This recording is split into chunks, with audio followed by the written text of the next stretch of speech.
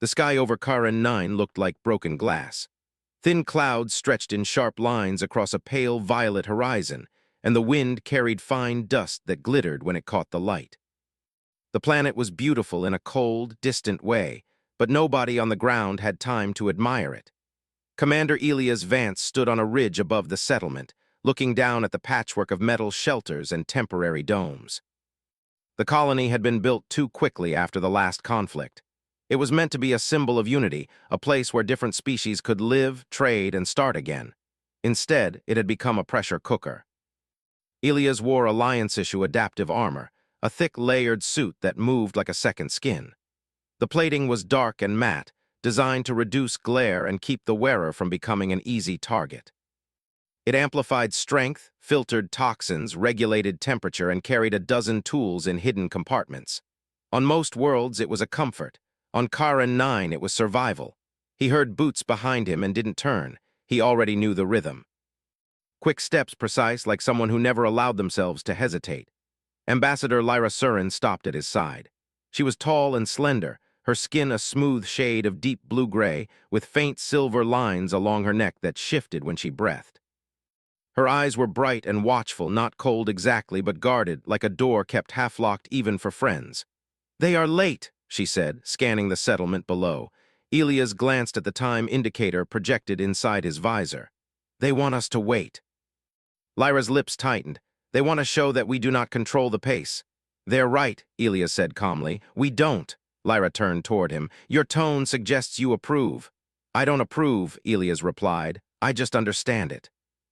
Lyra studied him for a moment, as if trying to find a crack in his calm. "Understanding is not always useful." Elias didn't argue. He had learned quickly that Lyra's mind worked like a blade.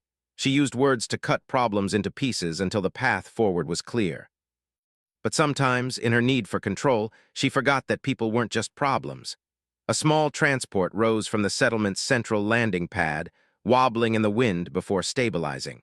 It moved toward a larger building with reinforced doors, the negotiation hall. The rebels were coming, or at least the faction that claimed to speak for them. They called themselves the Free Clans, former miners and border settlers who believed the Alliance had abandoned them during the war and now wanted to use them as a political trophy. Elias followed Lyra down the ridge. His boots sank slightly into the dust, and the suit adjusted, shifting weight distribution so his movement stayed steady. Around them, Alliance security teams moved in quiet patterns. Mixed squads, humans, Cathari, Olin, and 2 armored Draxen, formed a perimeter. The Draxen were the most intimidating. They were large, heavy-bodied beings with thick skin and dense muscle, and they wore minimal gear because most weapons barely bothered them. One of them, Captain Rull, nodded to Elias. "Storm pressure rising," Rull rumbled. His voice sounded like stones grinding together. "Bad timing." "Timing is never good out here," Elias said. Rull's eyes narrowed. "I like your armor, it speaks clearly." Elias didn't respond. He had heard that before in different ways. Some people admired it, some feared it. To many, the armor was a message, human equals force. Lyra stepped into the negotiation hall first. The room was built for function, not comfort. It smelled of metal, recycled air, and the faint sharpness of chemical cleaners. A table sat in the center with seating arranged to avoid insulting anyone's biology. Screens on the walls displayed translated text in multiple scripts. Overhead lights were soft to accommodate sensitive eyes. The Free Clan representatives entered a minute later. There were 5 of them, wearing layered cloth and patched coats that looked handmade. Their leader, a woman named Jessa Marr, walked at the front. Her posture was confident, her face weathered and alert. She carried no visible weapon, but Elias didn't assume that meant anything. Lyra inclined her head, polite and controlled. "Jessa Marr, thank you for coming." Jessa didn't bow. "We came because your message reached our people. We came because you promised this would be real." "It will be," Lyra said. Jessa's gaze slid to Elias. "And you brought your soldier." Lyra didn't look at Elias. "Commander Vance is here for security." Jessa's mouth curved, not quite a smile. "Security, right." Elias stood still, hands relaxed at his sides. He was not there to speak unless needed. He was there to make sure nobody died, though he hated even thinking the word. The mission rules were clear. No escalation, no threats, no force unless absolutely required. The Alliance needed peace on Karen 9 more than it needed pride. Lyra began the negotiation with the standard approach, clear, structured, and focused on mutual benefit. She outlined proposed trade routes, resource sharing, and a plan to integrate free clan local leaders into the colony's governance. She offered protection from outside raiders and access to medical support. Jessa listened, expression flat.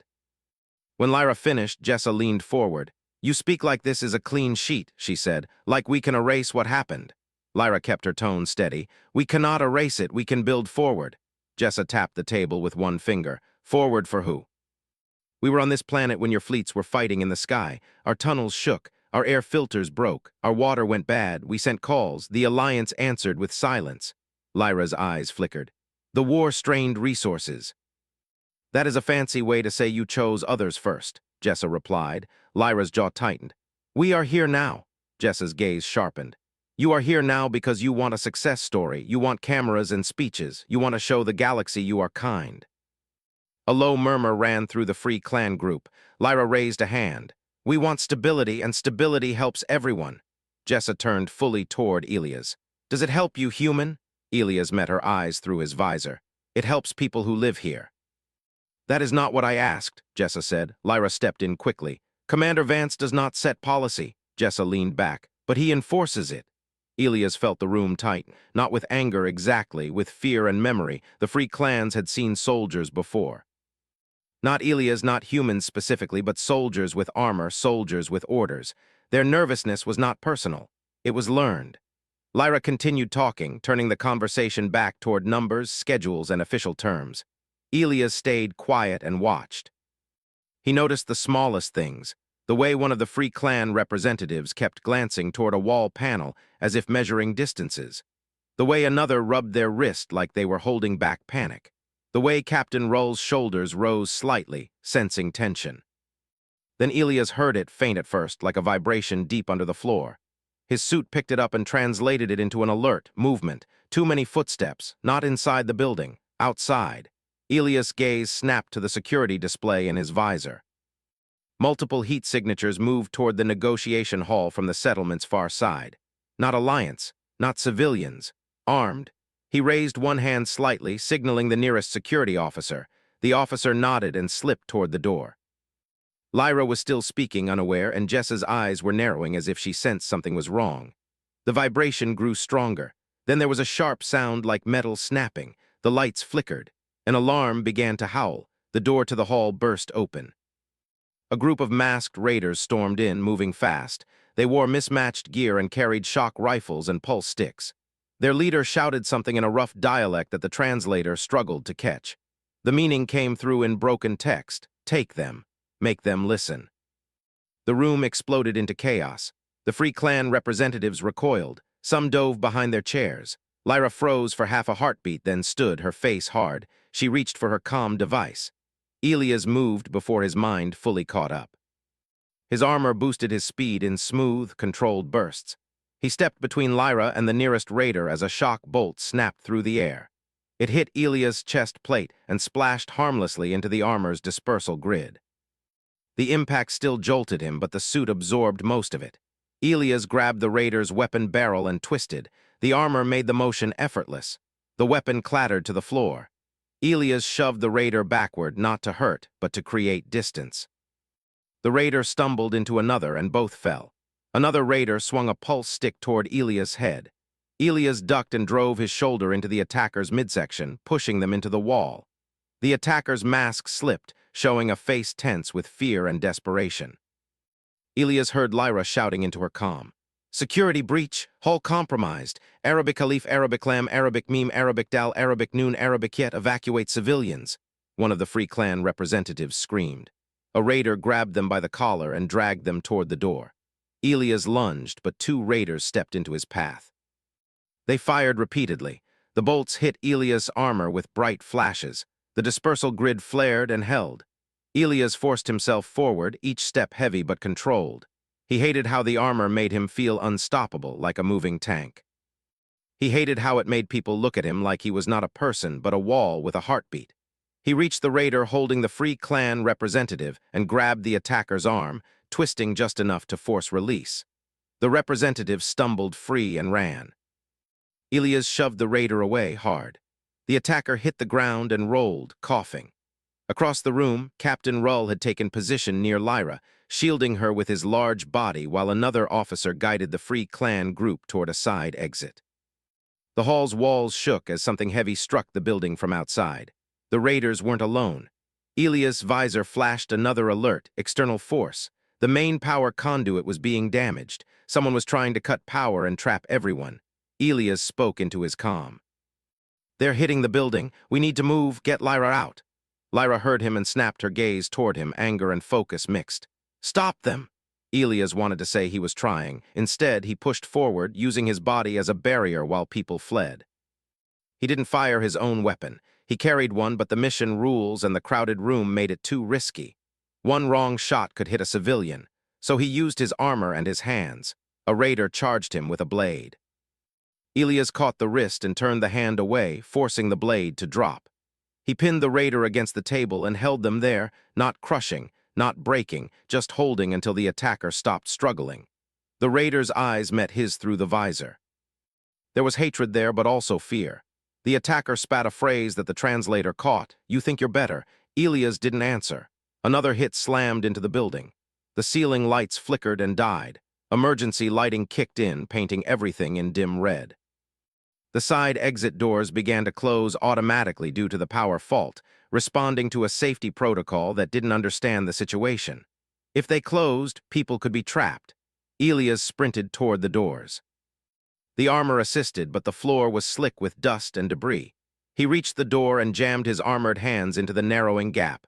Metal groaned against metal. The doors pressed against his gauntlets. His suit warned him about strain. He ignored it.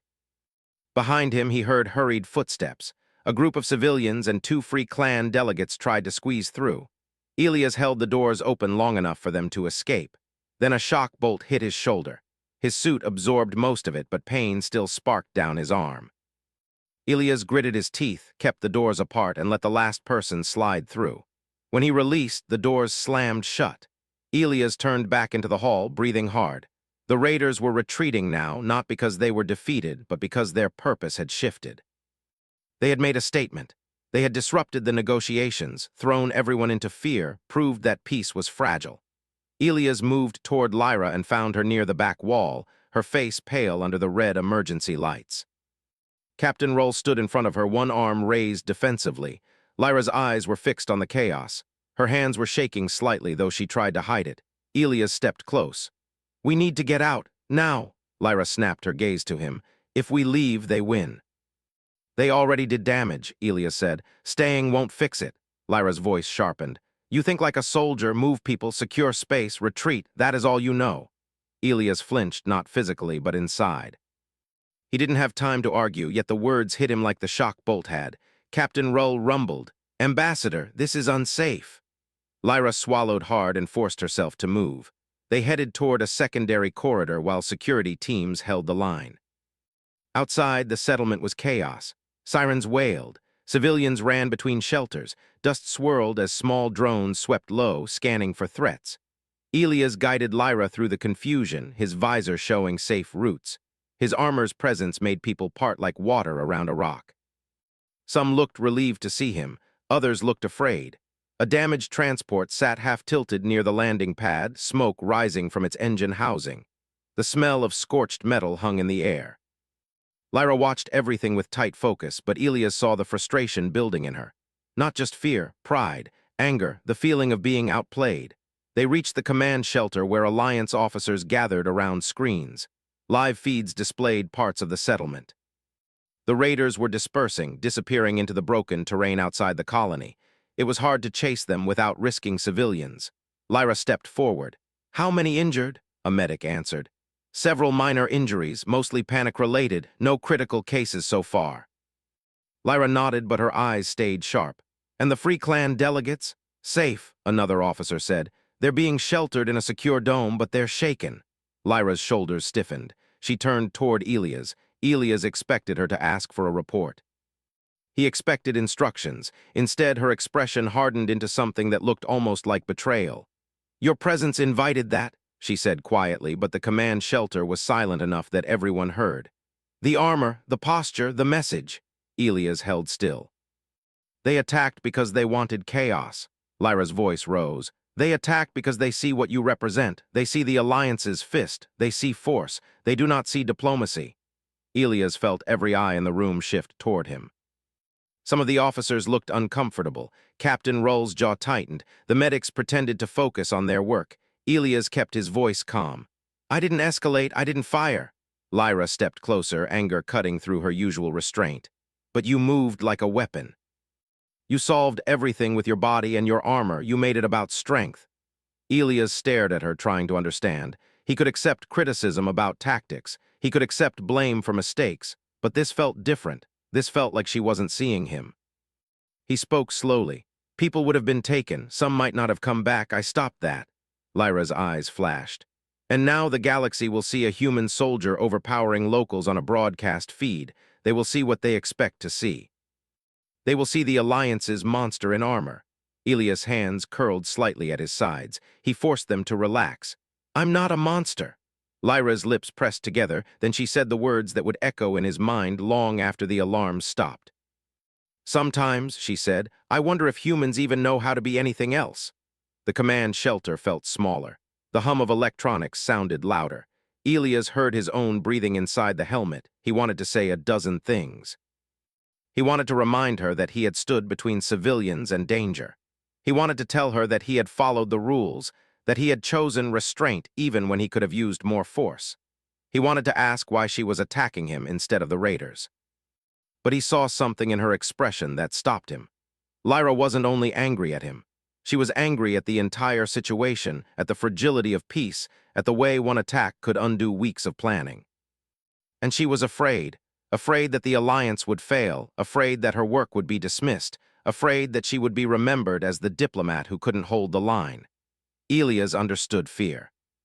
He lived with it every day, even if people assumed armor meant he didn't feel it. Still, her words cut deep. Elias took one slow breath, then another. In the quiet, he reached up and touched the release seals along his collar. Captain Rull took a step forward. Elias.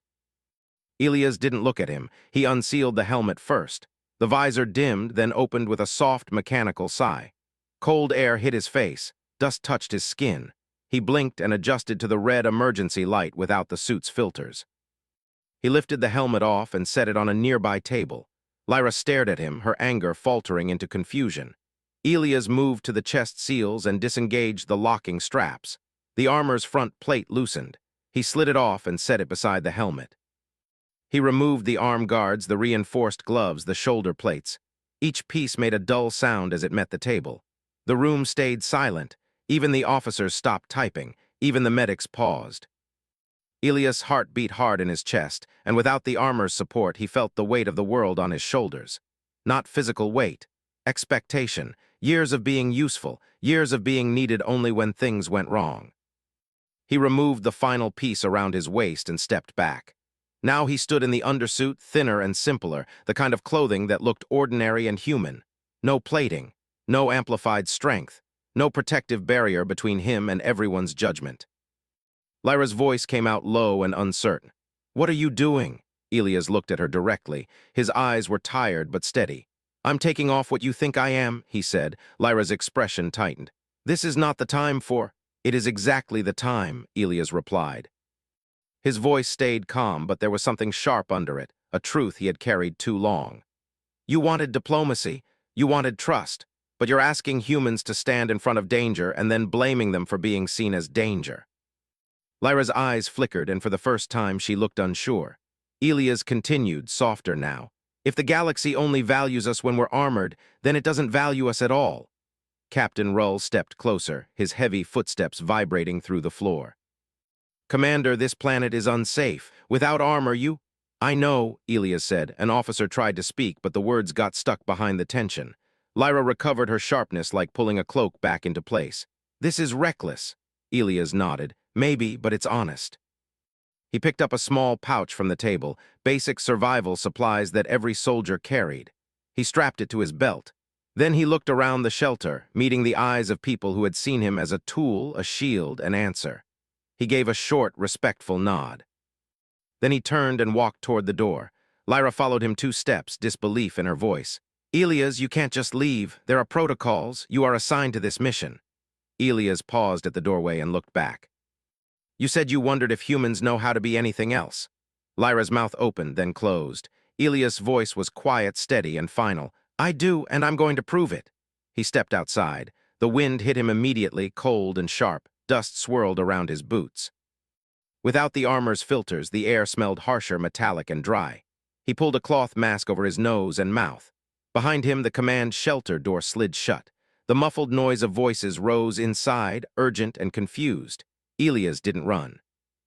He didn't dramatize his exit with speed. He simply walked, one step at a time, away from the lights of the settlement and toward the open land. The terrain beyond the colony was rough, low rocky ridges, scattered boulders, and shallow valleys filled with dust. The sky darkened slightly as the planet's sun dipped behind a cloud bank. Somewhere in the distance, thunder rolled, slow and deep, like the planet was breathing. Elias followed a path that wasn't a real path, just the direction his instincts chose. He had trained on worlds harsher than this. He knew how to read wind, how to watch for ground shifts, how to find shelter. But without armor, every decision mattered more. As the settlement lights grew smaller behind him, the reality of what he had done settled into his bones. He had walked away from a mission, from a team, from a role, not to abandon people, but to refuse being reduced to one thing. He thought of Lyra's face when she said those words. He didn't hate her. He didn't even fully blame her. She was trapped in her own expectations, her own fear of failure. But her words had opened a door in him that he couldn't close again. A gust of wind pushed harder, carrying a faint scent of moisture. Storm. Elias looked up at the jagged clouds and then down at the ground ahead. He needed shelter before the storm reached him. But he also needed something else, something he couldn't name yet. He needed to know what remained when the armor was gone. As he walked, his comm device buzzed once, weak signal fading as distance increased. He ignored it. A small figure appeared ahead, moving between rocks. Elias slowed immediately, his hand going to the non-lethal stun tool in his pouch. He didn't raise it yet. He watched. The figure stumbled, then fell to one knee. It was not a raider. It was a child, small, thin, wearing a patched coat and a breathing mask that looked too big. The child tried to stand again and failed. Elias' heart tightened. He moved forward carefully, keeping his body low and non-threatening. Hey, he said softly through his mask. Easy.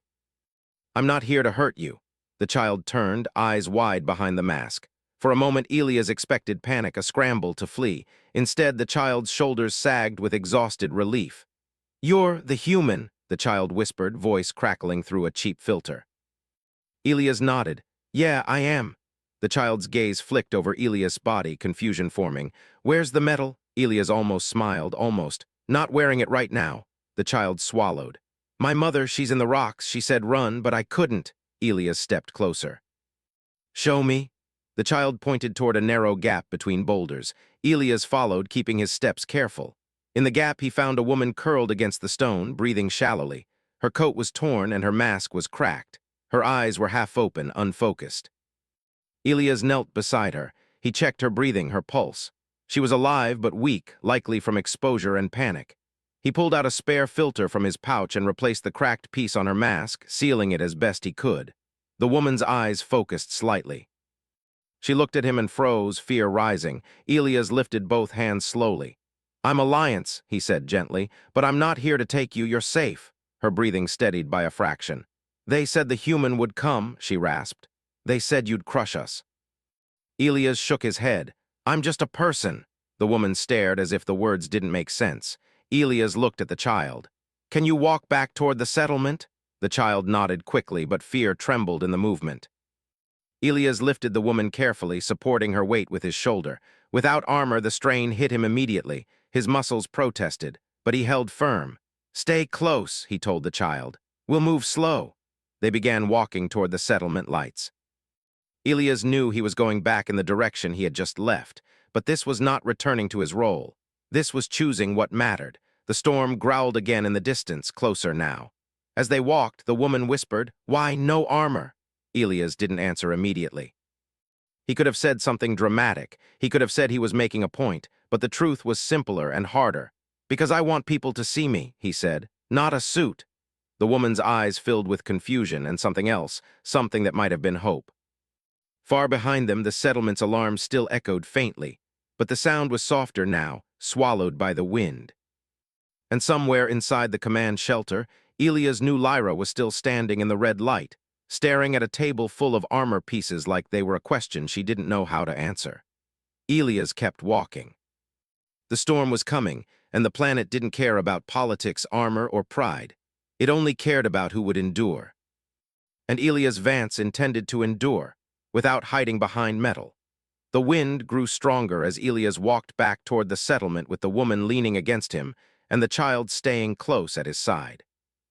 Dust moved in long waves across the ground, and the sky had darkened into a deep gray purple. The storm was no longer a distant threat. It was coming fast.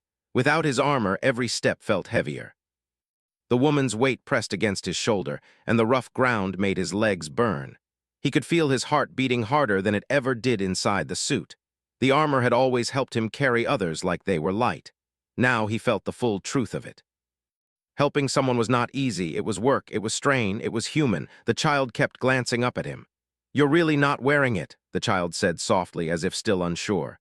"No," Elias answered. "Why?" Elias looked ahead at the settlement lights.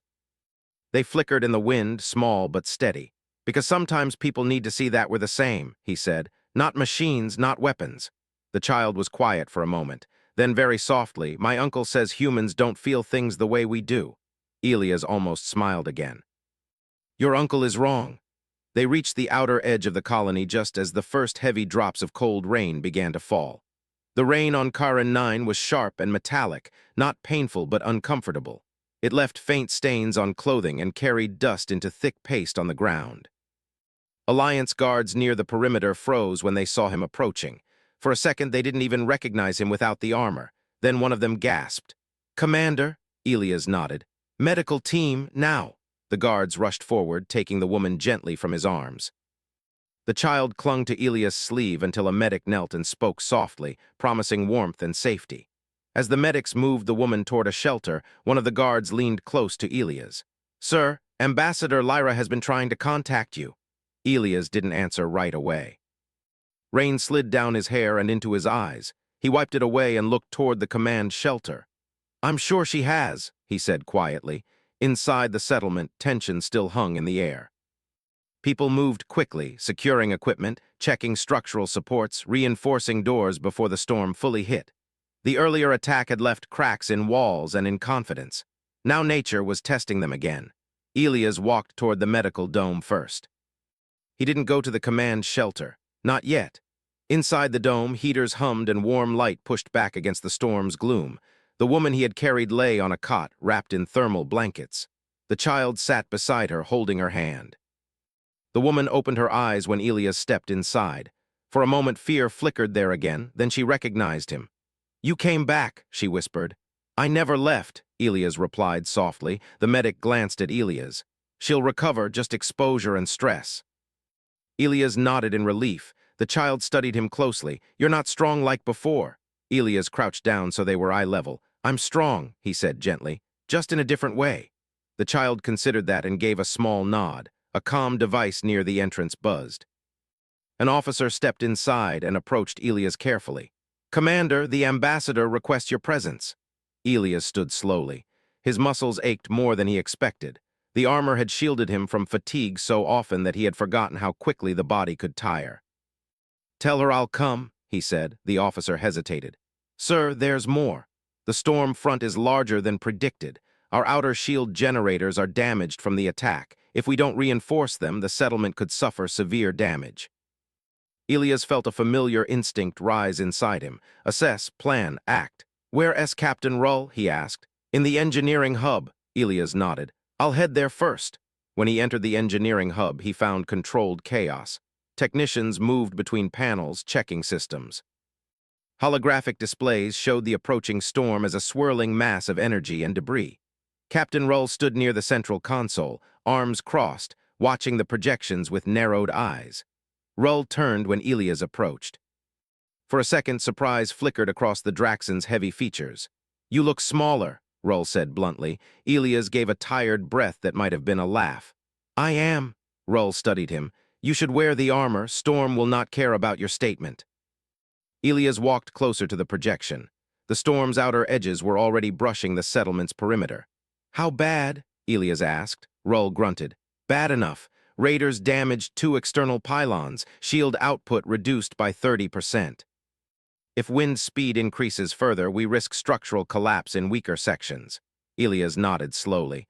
We can reroute power from non-essential systems. Already doing so, Rull replied, but manual reinforcement needed at the outer ring. Elias knew what that meant.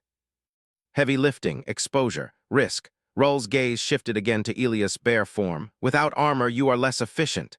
Elias met his eyes. Maybe. Rull tilted his head. Why remove it? Elias was quiet for a moment. The engineering hub buzzed around them. Because I'm tired of being seen as only what it turns me into, Elias said finally. Rull considered that. Armor makes me larger, more feared. It is useful. It is, Elias agreed. But what happens when people stop seeing you inside it? Rull's heavy brow lowered. They still see me. Do they? Elias asked softly. Rull didn't answer. An alarm chimed. Wind velocity rising, a technician called out. Outer ring pressure exceeding safe margins. Elias stepped toward the exit. I'll help reinforce. Rull blocked his path gently with one thick arm. Without armor, you risk injury. Elias looked up at the towering Draxon. I know my limits. Rull held his gaze for a long moment, then he moved aside. I will accompany you. They stepped into the storm together. The wind hit like a wall, rain and dust mixed into stinging sheets. The sky was almost black now, streaked with pale lightning that flashed silently through thick clouds. Outer support beams rattled. Panels along the settlement's perimeter shook violently. Alliance engineers struggled to secure cables that had come loose during the earlier attack. 2 pylons leaned dangerously, their bases cracked. Elias grabbed one of the heavy support rods and pulled it into position beside an engineer who was barely holding on. Without armor assistance, the weight was immense. His muscles screamed in protest, but he planted his feet and lifted. The engineer's eyes widened. Commander, you shouldn't be out here like this. Focus on the bolts, Elias shouted over the wind. Rull moved to the second pylon, bracing it with his own massive strength. Together, they worked in rough coordination, adjusting braces, tightening connections, redirecting power lines. The storm roared louder. A sudden blast of wind knocked one of the engineers off balance. Elias lunged and caught them before they slammed into the ground. He nearly lost his footing in the process. For a split second, fear flashed through him. Without armor, one wrong step could mean serious injury, but he steadied himself and helped the engineer back to safety. The engineer stared at him, stunned. You're bleeding, they said. Elias looked down. A sharp edge had cut through his sleeve, and a thin line of red ran along his forearm. It wasn't deep, but it was visible. He wiped it quickly. I'll live. As they worked, something shifted in the way people looked at him. There was still respect. But it wasn't the distant, almost mechanical awe he had seen before. It was different. It was closer. They saw him strain. They saw him slip and recover. They saw him bleed. They saw him choose to stay. Inside the command shelter, Lyra stood near the central display, watching live feeds from the perimeter. The storm's violence filled the screens. She saw Rull anchoring one pylon. She saw engineers scrambling. Then she saw Elias without armor. Her breath caught. He looked smaller, exposed, and yet he was there, lifting, bracing, catching others when they faltered. An officer stepped beside her.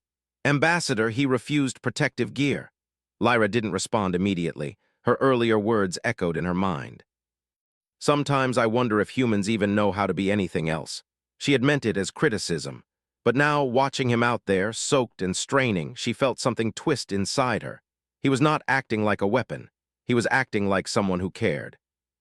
Another flash of lightning illuminated the outer ring. A section of paneling tore loose and flew across the perimeter. Elias shoved one engineer out of the way just before the panel struck the ground where they had been standing. The impact sent debris everywhere. Elias stumbled back, hit hard in the shoulder, and fell to one knee. Lyra's hand pressed against the console. Get him inside, one officer said urgently, but Elias didn't retreat. He pushed himself up, grabbed the fallen panel, and helped secure it in place again. The storm raged for what felt like hours, but was less than one. Gradually, the wind began to slow. The rain softened. When the final alert sounded, indicating that the storm front was moving past the settlement, a collective breath seemed to release across the colony. Elias leaned against a support beam, chest rising and falling hard. His arms trembled from effort. Rull approached him, rain dripping from his heavy brow. "You are foolish," Rull said. Elias gave a tired half-smile. "Probably," Rull nodded slowly. "But you are not weak." Elias looked toward the command shelter. "I never said I was." Inside, Lyra stepped away from the screens. Her thoughts were no longer sharp and controlled. They were tangled. She had believed that armor defined humans in the eyes of others, that their strength overshadowed diplomacy, that Elias' presence complicated her mission. But tonight, without armor, he had held the settlement together. An officer approached her carefully. "Ambassador, public feeds captured much of the storm response. The footage is spreading across internal channels." Lyra frowned. "Spreading how?" "People are talking," the officer said, "about the human who fought the storm without armor." Lyra closed her eyes briefly, not fought, endured. When Elias finally stepped back inside the main shelter, people parted again, but not out of fear. They moved to give him space, some offering nods, others small words of thanks. He ignored most of it. He was too tired to respond properly. Lyra stood waiting for him near the central corridor. For a moment, neither spoke. Up close, she could see the cut on his arm, the exhaustion in his eyes, the faint tremble in his hands that he tried to hide. "You could have been seriously injured," she said quietly. "So could they," Elias replied. Lyra swallowed. "You made your point." Elias shook his head slightly. "That wasn't the point." "Then what was?" she asked. He looked at her steadily. "You think my armor makes people afraid. Maybe it does, but fear isn't always about what you wear. It's about what people expect." Lyra's gaze dropped briefly to his uncovered chest, rising and falling with each breath. "You expect me to be a weapon," he continued softly, "even when I'm not acting like one." Her voice was barely above a whisper. "I expect you to protect people." "I did," he said. She met his eyes. There was no accusation in them now, only uncertainty. "You left," she said. "You walked away from your post." "I walked away from being reduced to one thing," Elias answered. Lyra hesitated. "And if the storm had taken the settlement?" "I would have come back," he said without hesitation. "Armor or not." Something shifted between them then, not full understanding, not forgiveness, but a crack in the wall. Before Lyra could respond, a technician hurried toward them. "Ambassador, we have a problem. Long-range scans show a larger atmospheric surge forming beyond the mountains. This storm was only the first wave."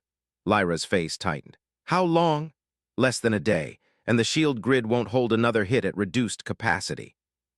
Elias looked toward the projection screen where the new surge began to form. Lyra followed his gaze. "If that second storm hits at full strength, the settlement won't survive intact," Elias finished. Silence fell between them. Then Lyra said the words slowly, carefully. "We will need every resource." Elias waited. She looked at him fully now, not at where armor should have been, at him. "And that includes you," she said. Elias held her gaze. "And your armor," she added quietly. He didn't answer immediately. Outside, distant thunder rolled again, deeper than before. The second wave was coming, and this time it would test more than walls and shields. The warning alarms did not scream this time. They pulsed slowly, steady and heavy, like a heartbeat that knew something bigger was coming.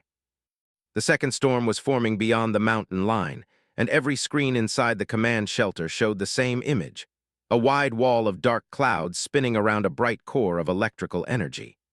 Elias stood near the central table, arms folded loosely across his chest. He still wore the simple undersuit, sleeves rolled up, the thin cut on his arm now cleaned and sealed with a medical patch. He felt tired, but his mind was sharp. Lyra stood across from him, studying the projections. Her posture was straight, controlled, but not rigid the way it had been before.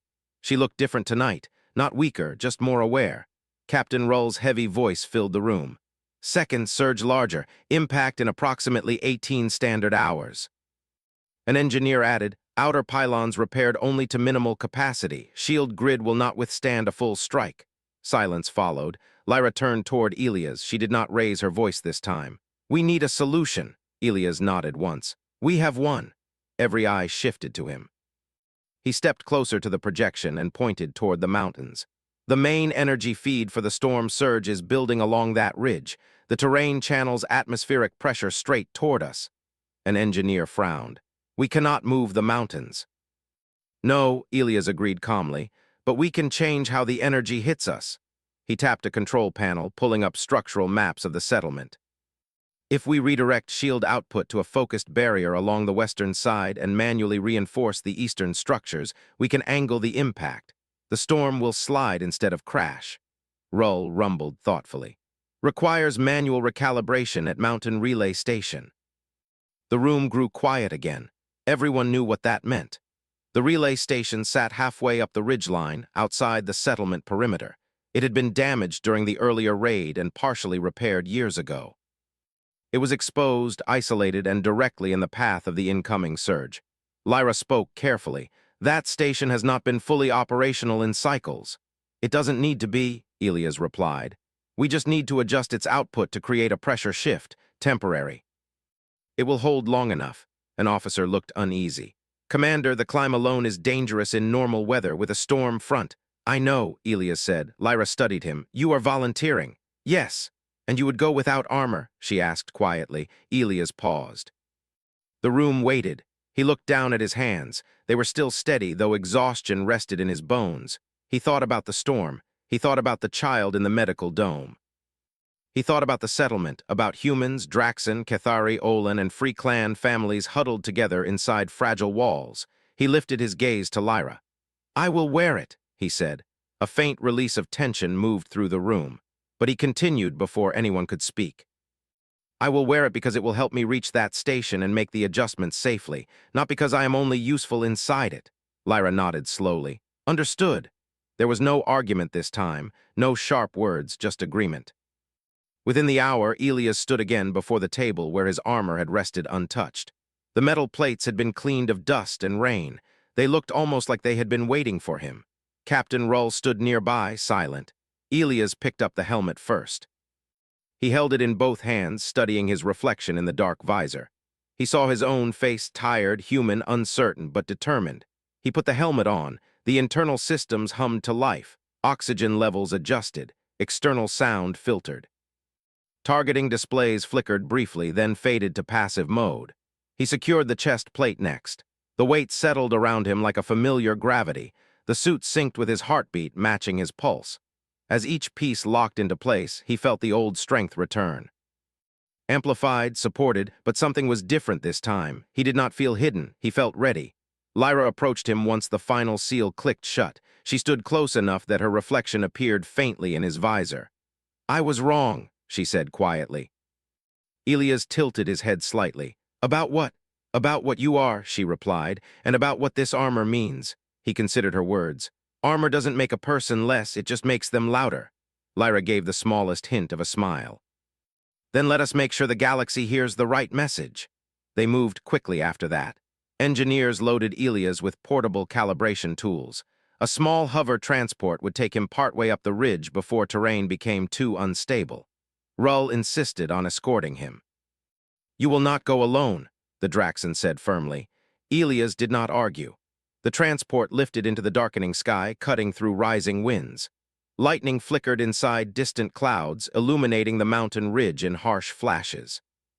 Below, the settlement looked fragile against the growing storm. Lyra watched from the command shelter as the transport climbed higher. Signal strength? She asked. Stable for now, an officer replied, but interference increasing. Lyra folded her hands behind her back. Keep the channel open. The transport set down on a narrow ledge halfway up the ridge. Wind tore at the craft the moment its doors opened. Elias stepped out first. The armor absorbed the impact of flying debris and adjusted his balance instantly. Rull followed, planting his heavy feet with a solid thud. The pilot shouted over the comm. We cannot remain, wind shear rising. Go, Elias ordered. Return to settlement. The transport lifted away, vanishing into the storm-dark sky. Now it was just the two of them. The relay station sat another few hundred meters above, a small structure clinging to the mountainside like an afterthought. Path unstable, Rull observed. I see it, Elias replied. The climb began. Loose rocks shifted underfoot. Gusts of wind slammed into them sideways. Rain turned to sharp pellets that rattled against armor plating. Elias activated magnetic grips in his boots for extra traction. Without the armor, this climb would have been nearly impossible. Now he moved steadily, carefully, scanning for safe handholds. Halfway up, a blast of wind tore a chunk of rock loose above them. It tumbled down the slope. Move, Elias shouted. Rull pivoted just in time. The rock slammed into his shoulder and shattered into fragments. Damage? Elias asked quickly. Rull flexed his arm. Minor. They continued. Inside the command shelter, Lyra watched the signal feed flicker as static crept across the screen. Storm front accelerating, an engineer warned. Impact in less than 6 hours. Lyra's gaze did not leave the projection. Commander Vance, status. Elias' voice came through the comm, distorted by wind. Approaching relay station, structural integrity appears compromised but functional. The signal crackled, then steadied. At last, Elias reached the relay station door. It hung slightly off alignment, bent from years of weather and neglect. He forced it open. Inside, the station was small and dim. Panels blinked weakly. Power lines ran along the walls like veins. Rull stepped in behind him, filling half the space. Elias moved to the main console and connected his calibration device. Lyra, I'm inside. Begin rerouting shield power on my mark. Lyra nodded to the technicians. Prepare to reroute. Elias studied the readouts. The relay station still held dormant capacity. Enough. Mark. Energy surged through the system. Outside, along the settlement perimeter, shield generators hummed louder. A faint blue arc flickered into existence along the western side. Pressure rising, an engineer called. Hold steady, Lyra ordered. Inside the relay station, the walls shook as wind intensified. Sparks jumped from a damaged conduit. Rull slammed one heavy hand against a loose panel to keep it from tearing free. Stability decreasing, Rull warned. Elias adjusted settings manually, overriding outdated safety locks. His visor filled with data streams. Lyra, increase output by 10%. 10% will strain the core, she replied. It needs to strain, Elias said calmly. Trust me. There was a pause. Then Lyra gave the command. Energy levels spiked. Outside, the second storm wave slammed into the mountain ridge. The impact was like a giant striking the planet. The relay station shuddered violently. Elias braced himself against the console as warning signals flashed red. Shield angle holding, an engineer shouted through the comm. Energy sliding westward. The storm's force hit the settlement. But instead of crashing directly, it glanced off the reinforced barrier and split into two currents that curved around the colony. Structures groaned but did not collapse. Inside the relay station, a main conduit burst in a shower of sparks. Rull stepped forward instantly, shielding Elias from flying debris. Core overheating, Lyra's voice came urgently. Elias' mind worked fast. If the core overloaded now, the entire shield grid could fail. He pulled a manual release lever, redirecting excess energy into the mountain ground. Grounding excess charge, he reported. A massive flash of light exploded outside as lightning struck the ridge. For a moment, everything went white, then dark. Inside the command shelter, screens flickered. Signal lost, someone shouted. Lyra's heart pounded. Reacquire, seconds felt like hours. Then the shield projection stabilized. The storm current continued to slide around the settlement, weakened and divided. Shield holding, an engineer said in disbelief. Lyra let out a breath she had not realized she was holding. Back at the relay station, smoke filled the small room. Elias coughed as his suit filtered the air. Station integrity critical, Rull reported. We're done here, Elias said. Let's move. They exited into the storm's fading tail. Wind still roared, but its center had passed. The climb down was slower, more careful. When they reached the ledge where the transport had dropped them, a rescue craft was already approaching. As they boarded, Elias looked back at the mountain ridge. The storm was breaking apart now, its energy spent. Below, the settlement lights still burned. Inside the command shelter, cheers erupted as confirmation came through. The second wave diverted, an officer called. Structural damage minimal. Lyra allowed herself a small smile. Hours later, when Elias stepped back into the settlement, people were waiting. Not in a formal line, not in perfect order, but gathered. Free Clan members stood beside Alliance officers. Children peeked from behind adults. Engineers with grease-stained hands nodded respectfully. Elias removed his helmet slowly this time. There was no fear in their eyes. Only gratitude. The child he had helped earlier ran forward before anyone could stop them. You did it, the child said breathlessly. Elias knelt slightly so he was not towering above them. We all did. The child shook their head.